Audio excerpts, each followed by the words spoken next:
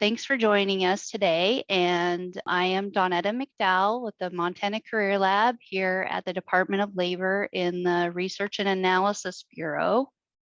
And today we're going to be talking about MCIS Junior for 5th through 8th grade. So the junior version of MCIS. I think some of you are probably familiar with the high school version, but maybe not so much the junior version. So we're going to go ahead and get started. So a lot of people are familiar with MCIS, but some people are not familiar with the Career Lab. And the Career Lab is actually the overarching umbrella, if you will, of all of our resources, which MCIS is just one resource. So we have resources for students, parents, educators, and job seekers. So I just suggest you might want to check some of those out, especially the educator section if you're an educator. And then I also just quickly wanted to point out the MCIS resources down here at the bottom. So if we click on that, there's some new training videos that we have out here. So if you are just looking for a specific piece of MCIS and don't have time to go through a whole training, this is the place for you. So if you're looking at how to create portfolios or transferring portfolios, whatever it might be, you can find that here. Then we have upcoming webinars. So this lists any webinars that we have upcoming. And then we'll be recording them and posting them out here so that people will be able to view those. And then we have MCIS publications. So here's where you can find all the publications related to MCIS specifically.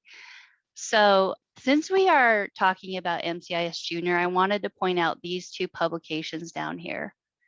So the MCIS Junior Framework Book is awesome. And I'm going to show you a section of that framework book in just a second. The MCIS Junior Workbook is available for you to order if you want to order those for your students. So those are a workbook that the students can go through. Just so that you know, not all of the worksheets or activities in MCIS Junior are in the workbook. There's only a couple of activities per section of the junior program. So there's who am I, where am I going, and how do I get there? So there's around 2 or 3 activities for each of those sections in MCIS. And all of our publications are free of charge.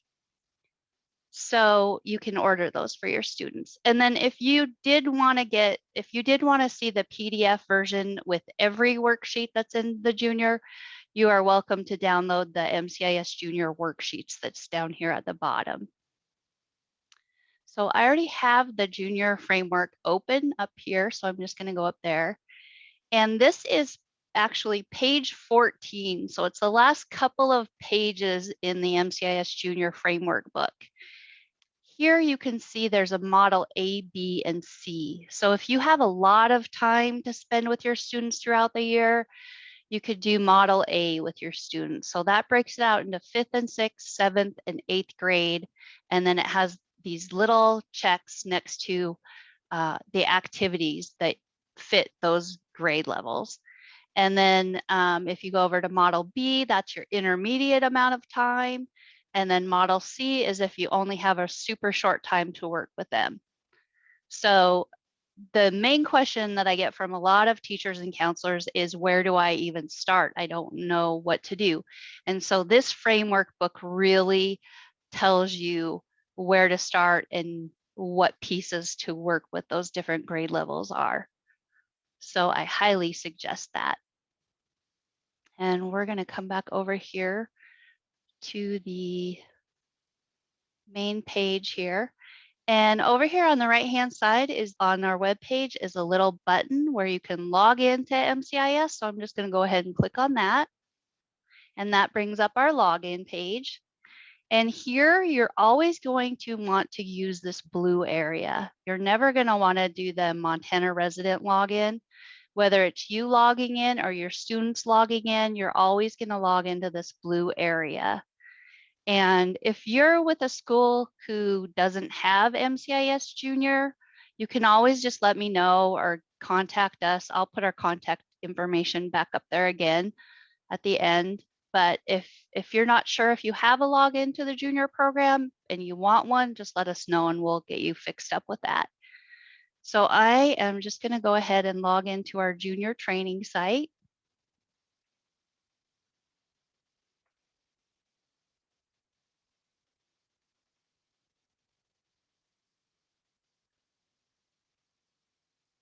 All right. So when you have an admin or a staff account, this is the page that you'll land on when you log in. So an admin account is usually for one person at the school who is going to be the main administrator of MCIS for the students at the school. And then we also have what is called a staff account, and any teacher or counselor that wants to work with students at your school can also have a staff account. And those can be set up by us or by whoever is the main administrator at the school. And we're not going to spend really any time in this section just for the sake of time, but we will be having another webinar tomorrow on working with portfolios and stuff. And so that will focus a little bit more on the admin side of the system. So up here at the very top of your admin or staff account, there should be a little bar up here that says show or hide, and then it says go to CIS. So the cool thing about you having an administrative or staff account is that you get a built-in student portfolio. So to get to that, you just click on that go to CIS. To get back to the admin, you would just click on that arrow and click site admin, and then it takes you back. So it just toggles you back and forth. So this is the student side of the system, and it's MCIS Junior. You can tell that you're in MCIS Junior from this little green bar across the top.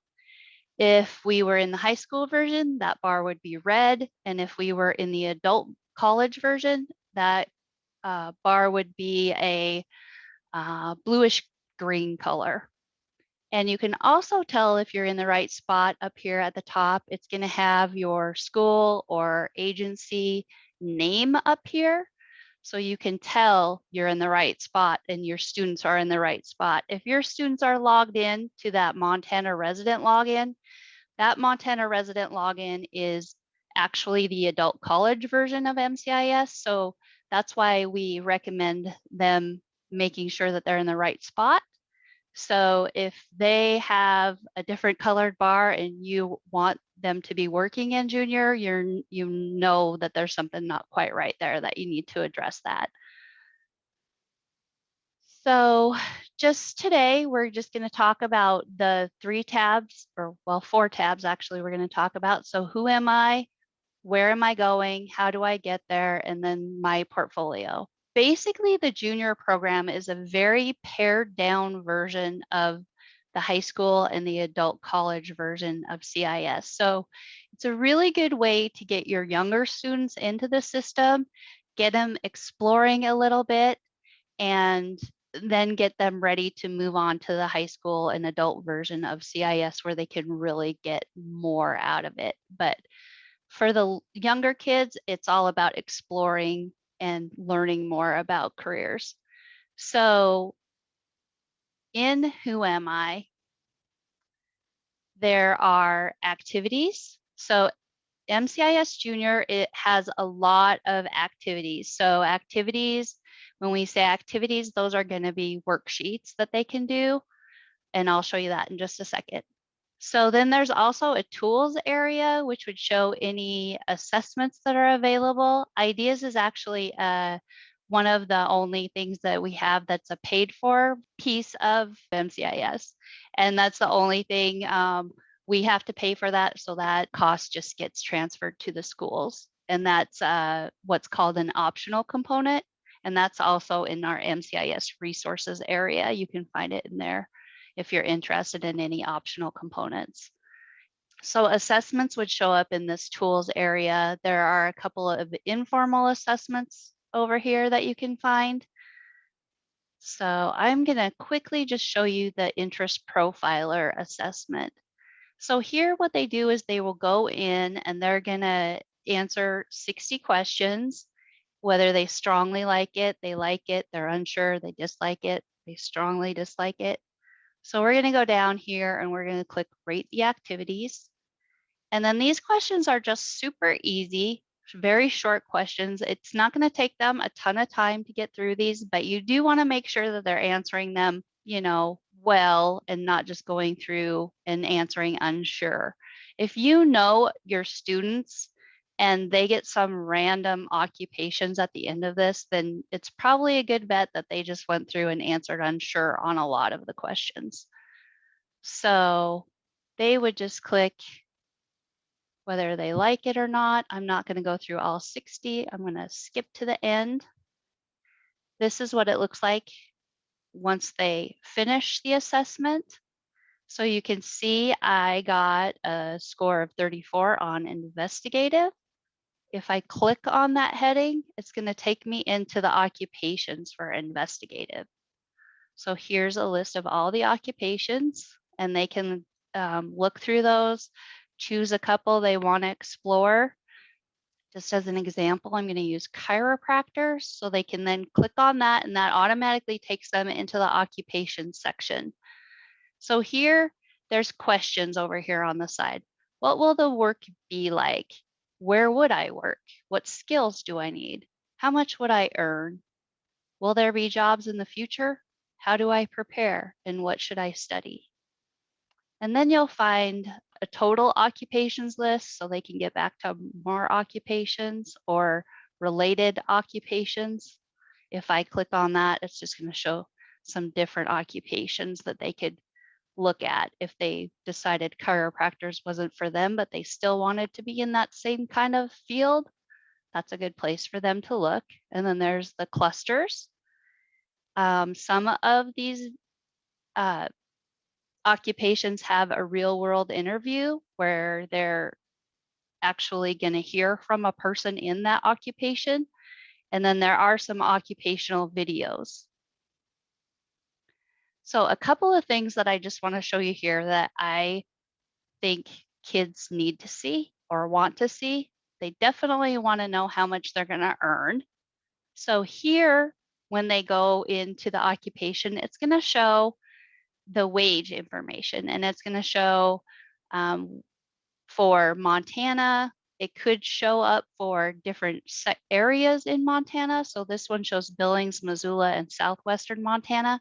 The wage information just depends on what wage information we get at the Research and Analysis Bureau. And basically, it's based on the labor market statistics. So then we also have the United States. And they can also select they could also go in and select different states. And that came up on my other screen. So let me move it over here. So here, I'm just going to randomly choose some things and display that. So now it refreshes and it shows the wage information for those different states so you can compare them. And then the other thing that I think students should be aware of are, will there be jobs in the future? You definitely want to know if there's going to be jobs out there. So here we can see that Montana has around 451 chiropractors employed in Montana, which is medium average. And then the annual openings, there are around 7 annual openings for chiropractors in Montana. And then it shows the information for the whole United States as well. And they can also go out and select different states for that also. So that is just going from taking an assessment, and then they just go right into exploring some different occupations. And I just want to point out this little save button over here. Anytime there's a save button and it's something that those students are interested in, I highly suggest they save it, and that's going to save it into their portfolio. So then I just want to show you a little bit about the activities. So if we click on Learn About Me, that's going to take them into this Learn About Me area. It talks about what they're going to learn. And then over here on the left-hand side is a little navigation area. and they would just go to things I like to do. This activity is in the MCIS Junior workbook. And here is where you can find a PDF or a Word document they can fill out. If they do that, they could save that document and upload it into their portfolio and save it. So I have a question. So students must set up their portfolio before they can save items to it. Yes, definitely. So what I suggest is when you're working with your students, or before you even work with your students, I would suggest uploading your students into the system. That way it creates a username and password, basically their portfolio for them. And then when you're in class, you just give them their username and password to log in. That saves you, it saves you time in the classroom. It might not necessarily save you time because you need to upload them, but it's very easy to upload your students. And if you need help uploading, I can help you.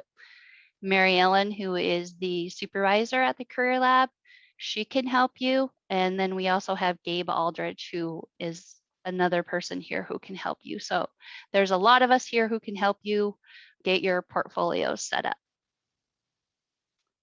And another question, since younger students wouldn't have use for college adult MCIS logging in on through Montana resident, do they just create a username and password?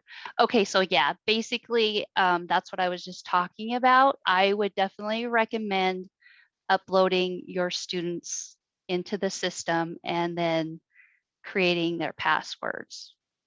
Yes, and then Mary Ellen said that you only have to do that once, which is true. So that's awesome. Yeah, and if you guys have more questions about uploading portfolios, there is that section on the MCIS resource page under the video tutorials where it will walk you through how to upload your students. But like I said, if you need help with that, we'll also help you with it. So the worksheets, and then there's also a section down here that asks them a question. So what are the 5 things you like to do? And write that in the box. So we call these reflection areas. So they just type that in and save it. And then this one lists 1 thing you want to learn to do. So again, they would save that. That's going to save that information to their portfolio. And then we're going to go over here to where am I going? So under the tools section for where am I going, you're going to find the career cluster inventory assessment, reality check, which is basically a budgeting activity where they can go in and they can put what type of house they want to live in, how much they're going to spend to go out to eat or groceries, and etc. And then it's going to tally all that up. They're going to put in how much education they want to take, and then like if they have a career cluster that they're interested in, and then it's going to populate a list of all of their bills, so to speak, and then it's going to tell them how much taxes are going to be taken out, state and federal taxes, and then it's going to give them a list of all the occupations that are available for the wage, the amount of the wage that comes up in there. So actually, reality check is probably the most liked thing in MCIS. Students really like reality check. And then there's career clusters. So this is just gonna take you to the career clusters section. So they can actually open that and they can get a list of occupations within the career cluster.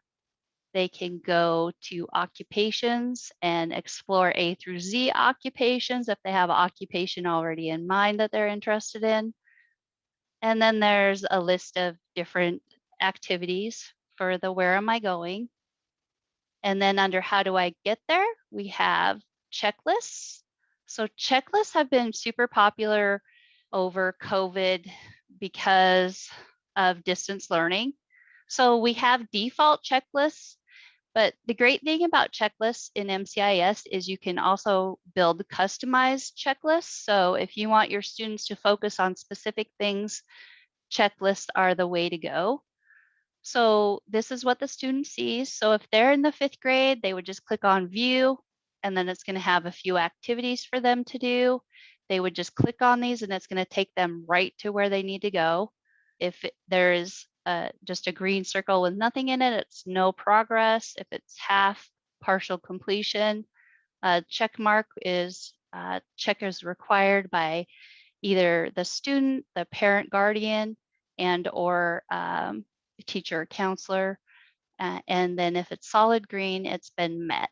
So you can see here, there's a couple that aren't done. There's one that is done, and then this one needs a check. So you would just check the checkbox on this one, and then that's going to make that met. So that's an easy way. In your admin side, you can go out and do a report on all your students, and you can see everything that they've done inside of the system. So that's a little bit about the checklist. And then Course Planner is not widely used in the 5th through 8th grade version, just because most 5th through 8th graders don't have revolving classes. Some of them do in the older classes, but it's generally not widely used in the junior version of the system. But that's where they can go and they can keep track of their classes, basically. And then we have activities again. And then lastly, the portfolio section is where everything that they do in the system and save it. So just making sure they click that little star with the save button to save it to their portfolio. And here they can go to favorites. So any favorite occupations they have can get saved here. We have a saved career cluster, and they can click on those and go back to them at any time. And then we have sorts and assessments. So here, any types of sorts and assessments they've done will be saved. So that's where we can find the career cluster and the interest inventory will be in here if they take that also. And they can also click on that to restore their selection or their answers, and it will take them back to where they were. So here's actually what the career cluster will come out like. And they can click on that and get back into it again. And then stored files and links is where they can keep any resumes they have saved. They could add a resume. So if you have students that already have created a resume, they can click on add resume and upload that into the system and save it into their portfolio. And then files are any files you might have them do. So I have a couple here saved where I did the things I like to do worksheet, and then I uploaded it into my portfolio here. And then my links is just basically web links to outside web links. So if they have a link that they want to save, say maybe you assign them research on something, you could have them save that link here so that they could easily get back to it. And then we have the career plan report, which takes all of those little reflection pieces and puts them into a report. So here, when we started out, I showed you the what are the 5 things you really like to do worksheet. And so there's the answers to those. So this just gives the answers to every part of the system that has a reflection. And then we have the resume creator section, so they can go out here and create a resume easily. They can get to, again, to the saved and uploaded resume section, the course planner and checklists. And then the combined report of assessments is just a place where they can take all of their assessments that they've taken and get a combined report of those, which I love because this really shows, you know, if they have taken all 3, so on this one, it shows that this person has taken 3 assessments. They've done the ideas assessment, they've done the career clusters assessment, and the interest profiler assessment. And out of all 3 of those, bookkeeping and accounting clerks came up, and payroll and timekeeping clerks came up. So you're gonna know based on that, that is, those 2 jobs are a pretty good fit. And then it just goes down to occupations 2 on your list. You can order it by cluster, so it will show the cluster and the occupations underneath that cluster and which assessment they scored on that. If there's a star here, that just means they already have that occupation saved to their assessment. And if they wanted to save another one, they can just click on that and click Save Checked, and that saves it to their portfolio. So basically, that is a super quick overview of MCIS Junior and what is in MCIS Junior. So I am going to go ahead. We only have a couple more minutes, but if you have any questions, oh, I see another question. A couple of questions in the chat. I'm going to just go through and allow everybody to talk, though, if you want to just jump in and ask me a question real fast. So now you should all be able to jump in. Let me see here. Let me go back and see what we have over here. So Jaleesa has a question. As a site admin, do I have access to all grade levels? I logged in and only have access to adult. So there's a couple of ways you can do that. You can have a site admin for each, the high school and the middle school, or you can do what is called a district account, which will get you into one or the other with just one login. The only drawback with the district account is that you don't have that sample student portfolio in the district account yet. So that's kind of a long answer to your question, but that is the answer. Hopefully that answered that question. Well, we could work with her to help to see what she has. Yeah, I talked to Jaleesa quite a bit, so I can help you with that, Jaleesa. Yes, thanks. I was just thinking because we've done this a little bit, and I know I have certain districts, but yet, obviously I'll have to make a site administrator for each one of those if that's what it comes down to. Yeah. Or like I said, if you're not too worried about having that sample portfolio, you could always create a portfolio, a fake portfolio, student portfolio within each one of those that you could get to. But yeah, if you have a lot of schools that you're working with, I would probably recommend using the district account, because then we can specifically put in your schools, and then you just have a drop down and you select the school that you're going to, and it will take you right into that account. Perfect. Okay, thank you. Yeah, you're welcome. So can students load from G Suite Docs? Google, I'm guessing? Yeah. I want to say yes, but I don't think I've ever tried. I just noticed all of the documents were docs from the Microsoft Office platform. So, and we're pure Google platform, Chrome. You should be able to. We could test that and double check on it for you, but I think that you should be able to. Anything you can save to a computer, you should be able to upload into the system. Okay, so we might have to, we can download as a PDF. We might have that extra step then. Yeah, you might have to do. Yeah, you might have to do that maybe to get them in there. Yeah. We could practice it, it'd be good to practice. Yeah, we can definitely try it out and see, and let you know for sure on that one. Let's see here. If I have approximately 40 minutes a week with around 7 or 8 weeks left, is it likely we'll get through MCIS Junior this school year? That's a good question. 40 minutes a week. I would put that as an intermediate. So probably if you use the intermediate section of that framework, or the just the one shot thing, you'll definitely get through it. I'm not sure if you use the model A one would give you a lot more activities to do with them. So I would definitely recommend Mary to just look at that framework book and take a look at some of those activities and see how many activities are in there for each one. The worksheets are not super long.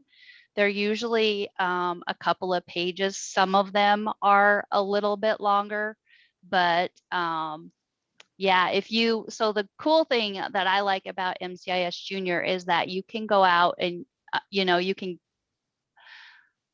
get those worksheets, print them out, have the students do them possibly as homework, and then come back in when you have that computer time and get them in there to enter any reflections or explore whatever they've learned from that worksheet. So that's kind of how you can work with them in the junior program. You're welcome. Okay, does anybody else have any questions? Just feel free to pop them in there or get on there and ask us. We're always happy to help. Oh, I am going to bring up our PowerPoint again. And this is our contact information. So Mary Ellen, she is the supervisor of the Career Lab, and then myself, Dawnetta, and then Gabe. So you can contact any one of us at any time with whatever questions you might have. But if there aren't any other questions, I'm going to go ahead and let you guys go for the day. And just thank you so much for joining us. And hopefully maybe we'll see you on some of our other presentations this week. Thank you.